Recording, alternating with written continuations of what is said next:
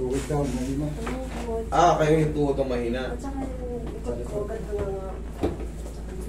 Tanggalin mo ito, baka makalimutan natin ito, mabasag pa eh. Sayang. Sige. Dito, tsaka yung tuhod nyo nangihina. Pati balakang. Kasi maakyat sa hagdanan, hindi na makakyat. Akit baba. Yan ang diferensya ng malalaking bahay. May second floor. May aakyat, no? Yun ang consequences ng nagpalaki ng bahay. Pero dyan sa inyo, malalaking bahay dyan sa Kasi inyo. wala na space sa, kaya pataas na eh. Maliit lang na may Maliit lang second yung floor. space namin. Kunti lang ang malit ng bahay dyan sa inyo. Dyan sa San Nicolas II. Nakakadaan mo sa tabi ng kalsada. Oo, puro mga bato ang bahay dyan. Bandang likod lang medyo ano. Pero yung mga nasa harapan, lalaki ng bahay. Yung gusto ko, umakas.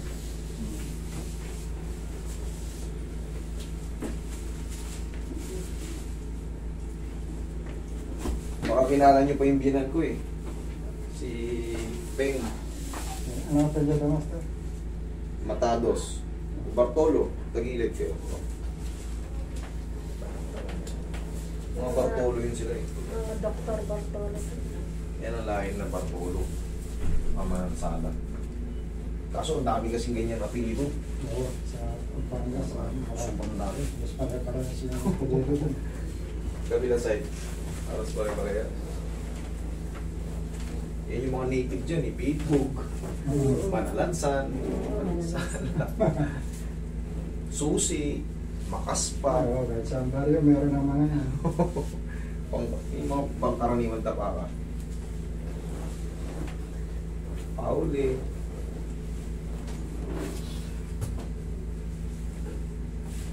Lobo. Oo. Diba yan yung mga pangkaraniwan sa Pampanga eh.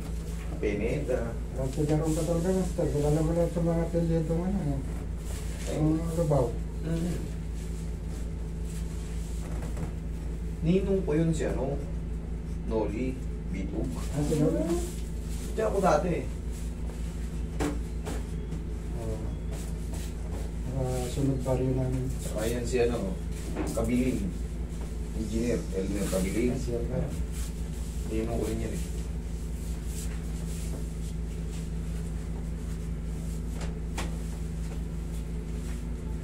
Si Ninong Bert Angeles. Kilala nyo yan, di ba?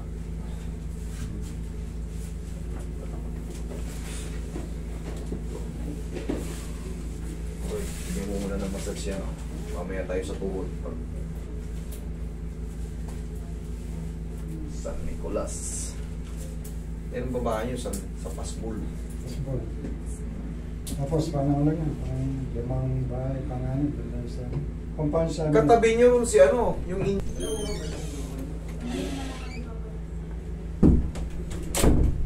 Sa inyo rin yung bahay sa tapat.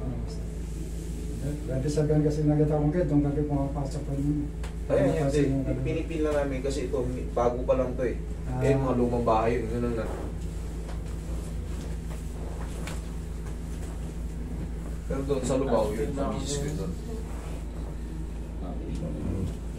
Nung pag-uwi ko galing ng abroad, doon ako nag-establish. Kaso may nagagalit nga yung mga kabila. Bahay kasi nga walang parkingan. Alam nyo naman yung daan sa atin, two-way lang talaga. Eh pag may nakaparada ng mga tricycle, Hindi talaga mas pabor sa'yo rito kasi nasa sentro ka bali. Norte at saka south. inhale, exhale. Punta ng mga tao, nasa gitna ka. Dati nag-ano rin ako niya, nagkakaproblema nga sa parking. Gagalit yung mga kapitbahay. Kaya iyak. Siyempre, isipin nyo, tignan mo yung book ko. O, 10, sa 20, sa 30, 10 na lang yung may sasakyan. Ayan. O di, kadalit-chilechi lang. Sayang yung doon na lang, mas marami siguro. Dapat na Para. ang bayan. Ha? Walang rampang, hindi nagkakabit. Pinapili ko na lang itong bayan muna, ito lang muna natin. Tsaka yung mga band.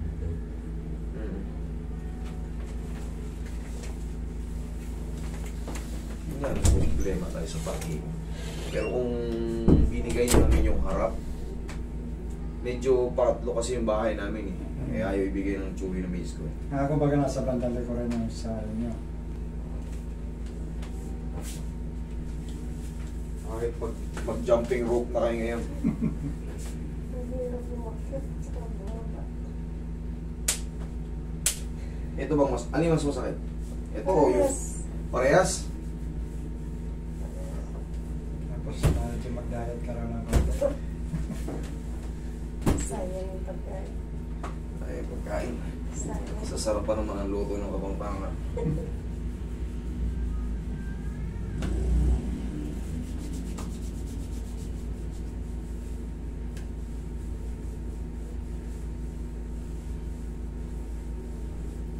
Fiesta ata sa inyo dyan.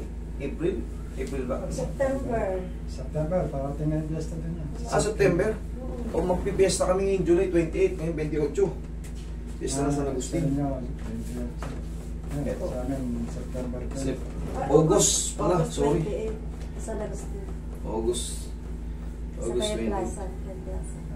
Oo, kasi San Agustin din sa plaza. Mm-mm. Yung pinaka-ano doon. Dun sa may, yung dating City Hall. San Agustin.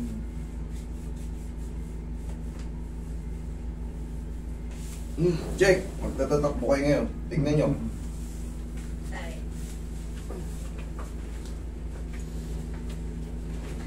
Yun na, wala ko utosan na akyat baba na.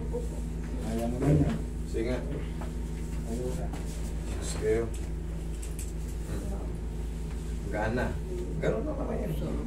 Ang maintenance yun lang yan, syempre, sabi na natin umiidad tayo. Bumili lang kayo ng pau. Hindi naman siya totaling pilay. Minsan na ano lang tayo, umiidad. Siyempre, bunga ng kinakain natin, umiidad, humihina yung mga natin. Pero, hapusin nyo lang yan. Kahit pa paano, dampian nyo lang.